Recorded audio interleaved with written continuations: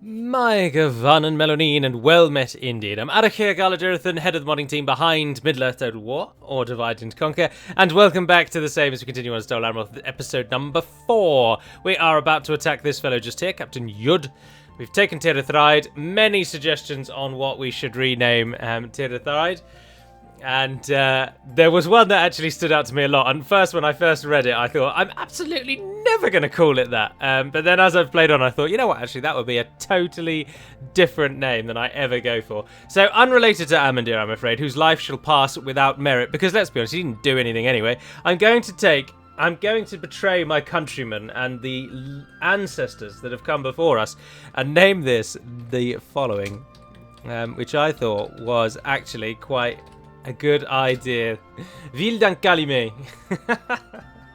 Now, I can't remember if I should capitalise that D or not, but I quite like that, so that's what we're going to go for. Which, of course, is French, and it just means the town or village of Ancalimé.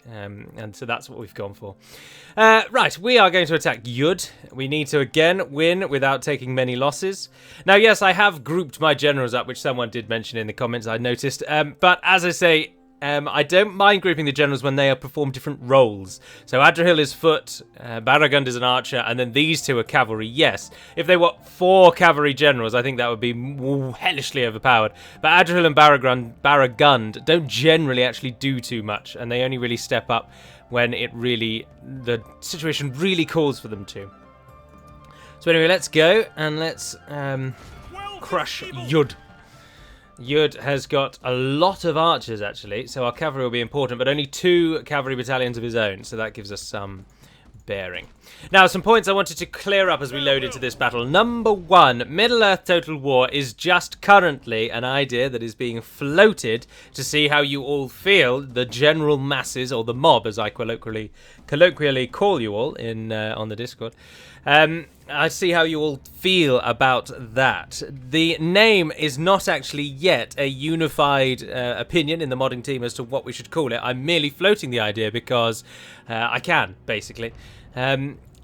My main thinking is, as I've mentioned in a few comments and may have actually mentioned out loud as well, Divide and Conquer was, for a long time, a submod, and its full name is Third Age Total War Divide and Conquer. However, of course, with the release of version 4.5, we no longer require you to install Third Age first, and whilst we are still very much a submod of Third Age Total War, I feel like we are now getting to a point where it would be worthwhile letting people know exactly what our mod does. So if someone has never played Divide and Conquer before and they saw the name, they would in no way think, oh, that sounds like a Lord of the Rings mod. Whereas if they just saw the name, for example, in a ModDB listing or something like that, they would instantly think, oh, that's Lord of the Rings related. Whereas Divide and Conquer doesn't mean anything. And not only does it not mean anything, it doesn't tell you that it's a total war game either. So just simply being called Divide and Conquer means most people will not have a clue who or what we are and what we're doing. So that was my first thinking, I'd like to choose a Lord of the Rings based name. So we'll still be a submod, and all of our UI and immaterial will say we are a submod for Third Age Total War.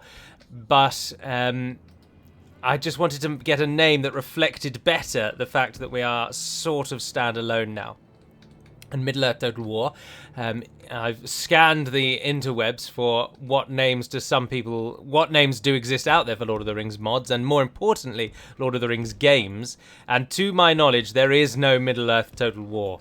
I'm not too bothered if there's a mod called that for another franchise, if there's a Middle-earth Total War for, I don't know, for Rome 1 perhaps, because if there's a Total War mod that actually already has that name and I haven't heard of it, the chances are it's inconsequential, which may sound rude, but one must deal with brass tacks when looking into things like this. However, if there were a game that were called Middle-earth Total War, then we wouldn't use it at all, because then we'd run the risk of them saying, oi, stop using our name. So Middle-earth Total War is the preferred from what has been spoken, but it's not set that we will change our name. But personally, I feel very strongly that we should, because of that simple reason that we are now a standalone mod and our name doesn't actually mean anything. Also, as some people have mentioned, Divide and Conquer isn't even related to what we actually did anyway. Third Age Total War Expanded would have been a much better name for the mod, and indeed in a lot of the paraphernalia that they used when DaC first released. They called it the Expanded Faction Submod. So I'm really not sure why they went for Divide and Conquer. Well, I mean, I am, because you can divide up the realm and there's more to conquer is, I believe, the theory behind the name. But I've always thought that it didn't really suit our purposes well. And so that is why I'm looking and hoping to change it. Oh dear, the Pikes have made it well ahead of everyone else, as they always do. So that's the first point. The second thing I was going to mention has completely escaped me now, and I can't remember what it was. Oh, and that's really annoying, because it was there on the tip of my tongue before I went into this one. I thought, oh, I'm going to talk about that as well and clear that up. But no, I can't remember what it is. Oh, yes, no, I can. In the last episode, I said that the AI doesn't get any cheats at all. And I need to caveat that. They do get some monetary bonuses, depending on the faction you play as. So, for example, if you play as the Northern Dunedain, Angmar will get a slight increase to their King's Purse. And when I say slight, it could well be upward of maybe 1,000 to 2,000 gold coins a turn. But you as a human player will quickly surpass that. It is nowhere near the level of other and later Total War games, oh dear, that give the AI ridiculous cheats. Like they don't. The main point I was trying to make with that was that whilst we do give the AI a bit of a monetary boost, they don't get any significant cheats. Like, they're not training units in twice the time that you can. They don't get those kinds of bonuses. So you won't get swarmed on the field with hordes and hordes of AI. Well, I mean, you will do, but that's totally for an entirely different reason. Right, we need to shut down that cavalry unit, which is charging into us, so we'll charge right back, because look, they're desperate to cut us down. But once Imrahil has them pinned in, if we can get Istion out, he can start shutting down these archers, on which we can pull our line over here like this. Victory will be ours. Because at the minute, unfortunately, our archers are definitely standing on top of this hill and just getting shot to ribbons. Oh, look, the Southron Lancers are coming there. Our men have slain the enemy general. Without him, his troops will lose their will to fight. See if you can get involved over there. I don't think you'll be able to, but if you can. And archers, oh, can you please, just for once in your bloody lives, do as you are told. And actually form up into the positions I want you to. Ah, right, look, we've got mass routing basically across the board. Everyone is running away. Dear, oh dear. Right, let's pull Imrahil out. You can support on those spearmen. There's some Southron warband over there. Archers are now ready. Feel free to fire at will. We've lost 5%, and we are so close to victory. Because there is a lot of routing going on. There's a whole lot of routing going on. That was supposed to be to the tune of there's a whole lot of shaking going on, but I chickened out at the last minute. Now, he is actually being chased, but hopefully he can just capture as many of those archers as possible. And then you hit in over there. So there we are, those are the caveats. So Middle-earth Total War is not currently, nor will it possibly be, the name of DaC. It is a suggested name, and it is basically my favourite. And we discussed it as a team, and we were sort of split down the middle as to whether or not we should change the name. And I thought, well, let's see what the community thinks and float the idea. So that's why we're doing that. And the other point, of course, was that, yes, some AI factions do get a bit more money. If you are playing as a nation that starts near them, they might get a bit of a boost. But nothing too extreme. Right, you're going in over there. You're going in over there. Now, as people have quite rightly pointed out, we are going to need to reinforce this army, or we will fall foul of Harad's main forces. And I don't know that we actually have the troops to really reinforce the army, but we've got to try. Now, pretty much everything is broken, but now everything is actually broken. Pursue and run them down. We didn't kill very many, did we? But they don't really have anywhere to go, so we should be all right. And we lost 9% all told, and some of those will heal, so we'll be all right. So we can exit out then. This is a 108 we lost. That's not bad for killing 1,500. Imrahil taking 2-2-2 at the top spot. Second, Nimrodel Mariners. Oh, it was Barragund. He actually did do something. Adrian, as I say, only killed 8. He actually got the joint lowest kills in the battle, so having him here hasn't helped in any way. And Istion also only killed 8. So, Istion, of course, captured quite a lot. In fact, he captured more than anyone else, despite his small number. But he didn't kill very many. Although capturing killing, at certain points it doesn't matter which is which, does it? They're both depleting the enemy's resources. But I am absolutely thoroughly enjoying playing as Dol Amroth. I am also enjoying playing through the Edit Lewin script for you all, for your entertainment. And I am enjoying DCI for the change of scenery. But if I am to levy one complaint against it, I found it to be remarkably easy.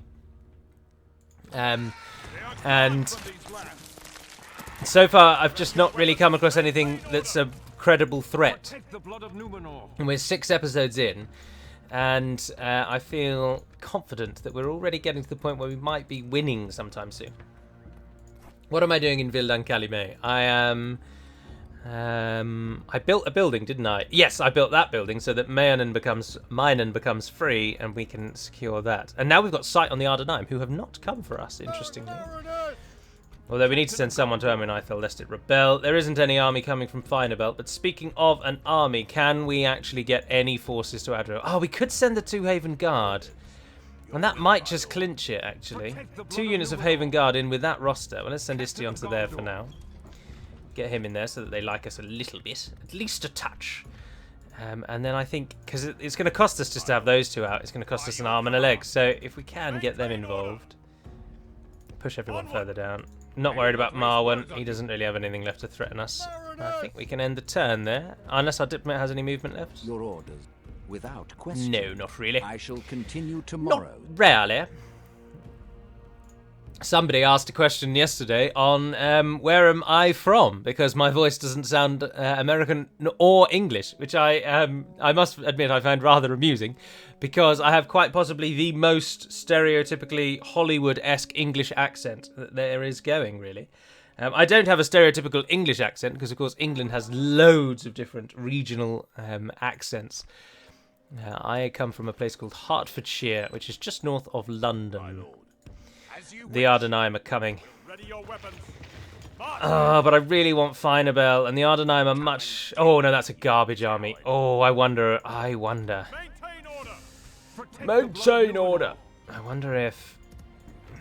I mean, I thought that you could get one of those as well, and then Istion would be free, but I've just looked at the makeup of Menelmere, and I think Imrahil could absolutely shred that if he had Istion in tow.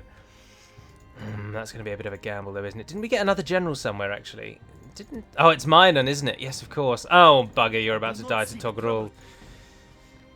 I think we've got to press on for Finabel, but we must keep up this pressure and at least trash that city into high heaven. And we'll get to kill Kuzaima as well, which is always good, because he's quite a good starting general. Ships ready. Ships ready. Ah, Sacklethor, you finally dead? Yes! Sacklethor is gone! Fan-bloody-tastic. And we can head down and blockade the buggers and get a bit more sight range down here. Remember to stay together. Right, I think it's a gamble, but I think we could do it. Imrahil? Imrahil and Istion, I think you have what it takes to cut Menelmere down to size, and Adrian can then press on to Finabel. We are still making money, actually. I mean, Ithel likes us, which is interesting. I don't really want to build any buildings there, though, because it looks quite possibly like we are about to lose Vildan Calimé.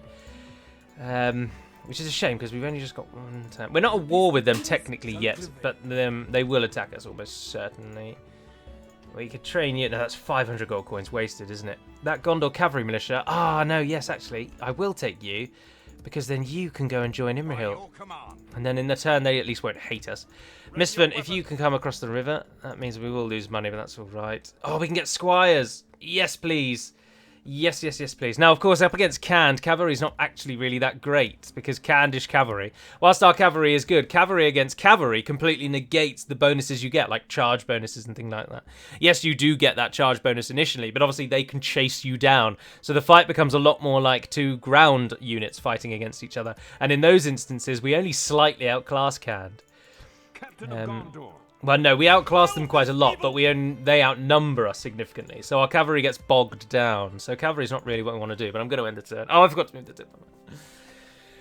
So we don't really want to go toe-to-toe with Khand with an army of cav. We need ground forces to deal with Khand. And, but some squires would be absolutely glorious against the Ardenaim. The Ardenaim aren't actually very good against cavalry. They don't have many options. Oh, Khand are breaking there. They've come. Right, so the comment I saw a comment yesterday saying, Galu, can I please stop being so aggressive because I'm removing the challenge from the campaign? Oh, how you were so naive, sir. We have 3 enemies to fight. You've got to cripple one of them. And we are going to be pressed into this battle, as we say. So, this is the real challenge then. Menelmir, he has nothing that's good against cavalry. The only real threat is that one unit of crossbowmen. If they can get a volley off, they will decimate Imrahil. The Azrazair warriors on paper would be a great unit against Imrahil if they can lock him down, but unfortunately, because their defense is so shockingly awful, one charge from Imrahil's battalion and they'll be gone. They will melt away. Our foes appear to be gaining the upper hand in this battle. But it is just those crossbows. Can we get a good solid charge on that crossbow unit? That's the question. And we're going to go straight for them as well. I'm hoping so. Look, that's absolutely perfect. They've lined up directly in front of us. They've got archers next to them who aren't going to try and get in the way. Istion, why don't you join in as well? Because that crossbow unit is the target today. Oh, that was splendid. That was absolutely remarkable. The crossbowmen didn't lose too many, but we caught the raiders, or the warriors, sorry, right on their side. Pull out. Now remember, if we get close to the enemy like this, they're shooting themselves as much as they're shooting us. But it is still the threat remains of that crossbows. They've got to go down. Archers in general are the ones we want to kill. But as I said in the yesterday's episode 3, I think, where I gave my rather basic guide to how to command cavalry. Killing archers should always be your main goal with cavalry because they are silent killers of cav. If you don't pay attention, their archers will... Oh no, the crossbowmen are free. Crossbows and archers will get shots off. Come on, get in there just before they fire at you. Come on, please don't let them shoot. Nice. Right, that's the crossbows, hopefully then completely taken out. Istion, keep them on the run. There are 43 crossbows left, is that? Oh, we just lost a Swan Knight there. We lost quite a few, actually. I can't see a crossbow to see. It's around something. They lost a number, that's all we need to remember. Right, Istion, you can come and hit these archers. Imrahil, turn around and hit those archers. They are getting ready to run away, are they? Because they don't like you being so close? Yes, nice. They've turned and run into your shard. Don't you just love it when the AI helps? How are you doing, Istion? You've got these people you're leading those on a merry chase, which is nice. But pull out again. Oh dear, your routes are narrowing, aren't they? Your path. Every time we charge, we're losing a few. I think it's time to hit the warriors. But no, our stamina's all right, and we've got the debuffs. The Iron Fist is now a really useful ability. It's gone from being basically a trash ability that you should never use to being a solid ability that can completely change the way the battle will work. Because now it will remove your fatigue 3 times, basically. It's which is perfect in cavalry battles like today, where our cavalry will start to get tired after a while. We also, of course, commanding cavalry, there is always the ever-present threat and danger that your general might snuff it in a charge against a unit that has no right killing a general. Like Azrazair warriors, actually. Or even worse, the Azrazair archers. If they kill you, that's a real black mark. Hang your head in shame in the halls of wherever the humans go when they die in Tolkien's Legendarium. And I say that not as someone who doesn't know, I mean it quite literally. Tolkien deliberately left it unknown as to where human souls go after they die. And it's said that some people suggest that they go back to Eru Iluvatar and they merge back with the One. But the elves and the characters of the Legendarium do not know where humans go. Right, go back and hit those. You guys have now been caught, so we can pull you out. But we should now... The crossbows, I think, are now completely gone. We're down to 36% of the enemy, but Imrahil seems to be... He's winded. We've got to wait for that to come back. Where's their general? He died like almost immediately, didn't he? So, why are they fighting on, is my question. Every time he gets caught, he loses a man. More archers dying down over there. Yeah, they kill a few, but just not enough, really. Right, come and hit those archers down there. Istion is fighting. Let's punch it again. Istion pull out.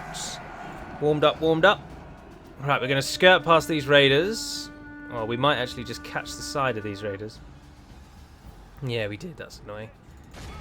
But then press on into those archers. And you come back and hit those raiders. No, you didn't put your lances down. Run away, run away, run away, run away, run away. Oh, and Istion, look, you've just caught the back of them, but you missed, basically. We're only at 50%. And we have lost more than we would like to have lost. But the archers are running away is... It's annoying, and it disrupts the charge quite badly. Right, Imrahil, you guys come over there, and then you're going to charge head-on into those warriors and remove them as a threat. Go for it. And Istion's going to take out these. There were 52. They've charged in. And they killed almost 20. Ah, but the warriors up there were 100 and something. And they have been decimated, as I say. They just do not have the armor to actually hold up to a charge. And almost 100 of them have died in that single charge. Right, that's good. That's gotten rid of them. Is there still an archer over here? There's 69 archers there. There's some archers there. We've just got to keep taking down the archers. Keep taking down the archers. Now, come and hit these raiders in the back. And Istion, you go for those archers over there. Oh, fantastic, Imrahil. Absolutely fantastic. Every now and then you just get that perfect charge that lines up gloriously, and an entire battalion of our enemies are wiped from the face of the earth. Istion pegs them in place, and then Imrahil comes in and finishes them off, and that unit is wavering. Right, I think we're going to... men have fought long and are becoming tired. We've got one more Iron Fist to punch, though, and that will give us some more healing. Some more... That will reduce our fatigue once again. Oh, Imrahil, that one was fantastic. Imrahil, you absolute dream. Imrahil, if you have read the books as well, is a really, really solid character. He's very engaging, and every time he's in the book, he's doing something honourable or lordly. And it's just remarkable. He's such a great character to aspire to be like. He is also barely in the books. He is hardly mentioned, and yet in that short space of time, you really get the feeling that he's a really honourable and noble guy. And he's a big part of why Dol Amroth is such a fascinating aspect. And it is a damned shame that he was cut from the film, but you can totally understand why. They already had enough people arriving at the last battle. They didn't need another person. Right, we hadn't killed the enemy general. Oh, and we've just won out of nowhere. Yes! Right, capture as many as we can. Imrahil, I knew you had it in you. We're definitely going to have to rename a town after you. I won't ask what we'll name this one, because Imrahil's Glory is an absolutely perfect name. And we shall name it that. 10 men died and 1,400. This is a great victory, worthy of only the mightiest of generals. Oh dear. Even Istion there, I think that's possibly an arguably even better showing. Istion had 10 men, Imrahil had 30. Imrahil killed 855, and Istion killed 325. If we were to round that down and do a third of 855, that is just under 300, isn't it? So Istion arguably did better there for the number of men he had than Imrahil did, which is just fantastic. And we've kept Menelmir back. Now, unfortunately, we are going to lose the gentleman we just recently adopted, Minon. He's going to die, sadly, over in Ville d'Ancalime. But we might claim that one back as we hurry back away from Finabel. I don't think we're going to be able to hold on to Finabel, but we'll be able to take it and wipe out every building. We'll do a classic raid. And that should buy us plenty of time. Oh, yes, I'm right next to them. My lord, what is it you wish to Trade rights. Who are you at war with? I'm not sure I want to ally with you, just in case I can try and possibly get an alliance with Isengard. Oh, I should have said, we have been sent a script that will pacify dead nations, but I haven't included it yet. I hadn't gotten around to adding it in. So in this one, we can't have a situation like we tried to get in the last campaign, where we hope to ally to Isengard and get them at war with Mordor. In this one, in order to ally with Isengard, we need to go and tell Rohan we're going to break the alliance with them just before they die. So we've got to keep an eye on them and their situation. They surely will pay us 1,000 for those things. Yes, thank you, Enid Wythe. I'd be really tempted to ally with them, but we'll wait and see who they go to war with first, because they haven't got any allies or enemies yet. Oh, we got another Alcoronda. Alcorondaz, I should say. Fuinur, what have you got? You've got 42 Balukazgar, I've got 112. Taste my wrath, Fuinur. Dirty bastard. It does now mean we've got 3 admirals, which is a bit of a pain, but there we are. Now, my gut actually tells me that what we should do now is press out the Ardenaeum and not Finabel, because the Alcoholics Anonymous have only got 3 regions after that, so you could quite easily get them killed off. I say quite easily. We wouldn't get them killed off that easily. We'll never make it over to there in time. There will be much honor Oh, wow. in defeating you. Ready your weapons. More garbage trash comes again. Right, keep making your way. We'll carry on with the initial plan. Set up camp here. Let's go and sack Finabel. If we can hold on to Ithel, though, that'd be really handy. I'm not sure, again, I don't really want to waste... I think we should put our money into some troops that we can ferry to the front. I'm seeing pikes, I'm seeing another pike, and that'll do for now, because that's all we can train. But they'll both be free upkeeps, that'll work. And we've got a pike unit in here who's ready to go. What do you want? What do you want? Awaiting Your blood, sir. And I shan't rest until that is what I have. I could really do with you being free, but you won't be free because you need 2 buildings before you're free. But you're at least free. And Imrahil has got his cavalry. No, but you 3 against Togrul, I'm not sure. Awaiting your command. He's a cavalry archer, so pinning him down will be a pain in the neck. Their cavalry archers, same problem. Although, no, actually, I think you might be alright. And if we can lure them away from Vildan Kalime, that'd be fantastic. I should have moved you over there. That was lack of forethought. No, I think lack of forethought is quite possibly the tagline of this entire channel, to be honest. But the Variags have come, which also sees our money go down because we were trading with them and we are no longer. Yes, my lord. Did I get trade rights with Isengard as well, actually? Where's Rohan? You're at war with Isengard? Yes, we did. Fantastic. Right, let's move on to Dunland then and get it from them. As you wish. Yes. I can't imagine Enid Wythe and Isengard won't go to war because they are right on top of each other already. And it's just almost certain. Gobel Tofelas, let's rename you into... It's a rather brutish name, if you will, but I think Castle Imrahil... Oh, no, even better. Let's turn it geographical. Imrahil's Point. I like that. Because it kind of juts out, doesn't it? Oh, no, we could do with capitalising his name. Let's not do him a disservice. Imrahil's Point. There we are, smashing. There we are. Imrahil is now forever... he will forever be in the minds of the peoples of Dol Amroth for one of our greatest castles on the Isle of Tofelas, guarding the very mouth of the Anduin and the lifeblood of all the Dunedain. The Anduin River is now protected by Imrahil himself, or at least in name, anyway.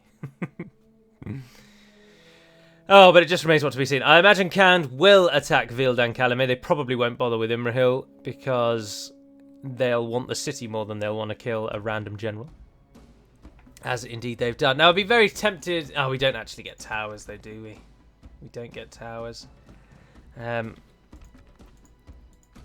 Let's fight it anyway, see what we can do.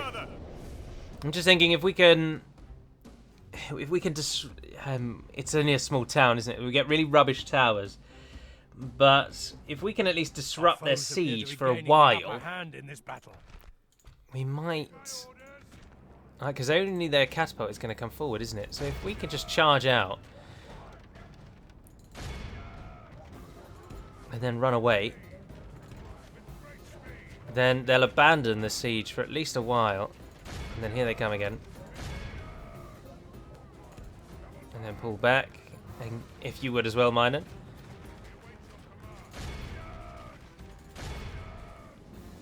And then a nice little charge into those step archers who don't seem bothered by...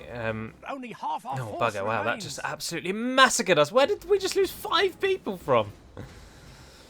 Minant is doing what he can. He's not going to go down without a fight. He will not go quietly into the night. He will absolutely die. I mean, we were never going to win this. Shut the gate, you fools! The Shut the enemy damn have the gate! walls. To our defense, defeat seems almost certain. Now at least we're getting the enemy to shoot themselves. Because I can see that some of them are shooting. Yes, so they're killing themselves. That's fantastic. Blow your horn, Minant. Keep going. Keep going. Kill as many as you can, sir. That they are. They're killing themselves with arrow fire. How ridiculous is that? Now, if he could just survive for... I mean, there's no point moving him because we want them to shoot themselves. And at the minute, the towers are on our side. And as I say, they're not very good towers, but they are better than nothing. And they will get at least some kills. Now, he will heal a lot of his forces, though, won't he? We've killed nearly 20% so far with only 15 people. That's not bad. And actually, with Imrahil there, I think Imrahil will be able to win this now. This defeat is a bitter drop to swallow. So he killed 119 out and only had 14 people. That's fantastic. That's brilliant. Well done, Maiden. Now that, you see, is a deed worthy of naming. Amandir didn't do anything. He sat in... not through any fault of his own. I just didn't use him. So he wasn't really worthy of having a town named after him. Istion is definitely reaching up into the honorary titles of naming a town after him. But I don't think Amandir had deserved it or earned it yet. But Minant certainly did. So we'll name somewhere after Minant, maybe. I'm not going to rename Vildan Kalime because we've just named it. My French? It's been a very long time since I studied French. I should have accepted him, actually. Remind me, is it like Spanish and it's pronounced like a V, or is it actually Ville, where you pronounce the L's? Because I can't remember. We can go no further. Mariners of the fleet! No, as expected. You can't put two admirals together. Full ships ready. Who is this? Asgarzir?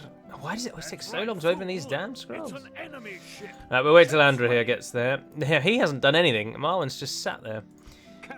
You're not going to make it in time, but I think Imrahil can do it. Oh, you don't need to bother with that, because they'll attack you straight away. As you wish.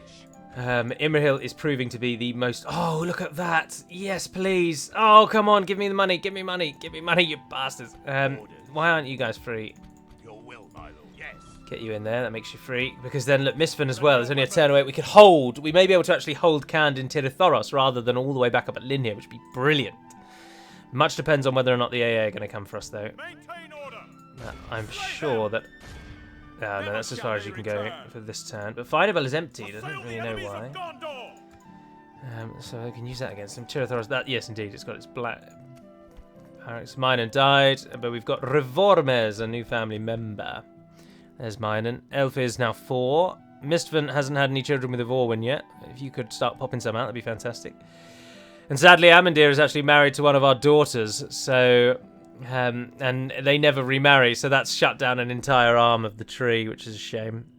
So we could do with some children here, and we could do with someone marrying Ivrinil, who is indeed supposed to represent Finduilas. Finduilas is not in the family tree because it makes more sense to have her in the family that she actually created rather than the one she came from. But yes, as many will already know, Imrahil's sister is the Lady Finduilas, who is Denethor's wife, thus making Imrahil the uncle of both Faramir and Boromir. Who at this time should only be, I think, 3 or so. I'm pretty sure Boromir is born in either 79 or 81, I think. So they shouldn't really be around yet. Or maybe they're a little... I can never remember birth dates. I mean, I don't even remember my own family's birthdays. It's always been a bit of a black spot for me.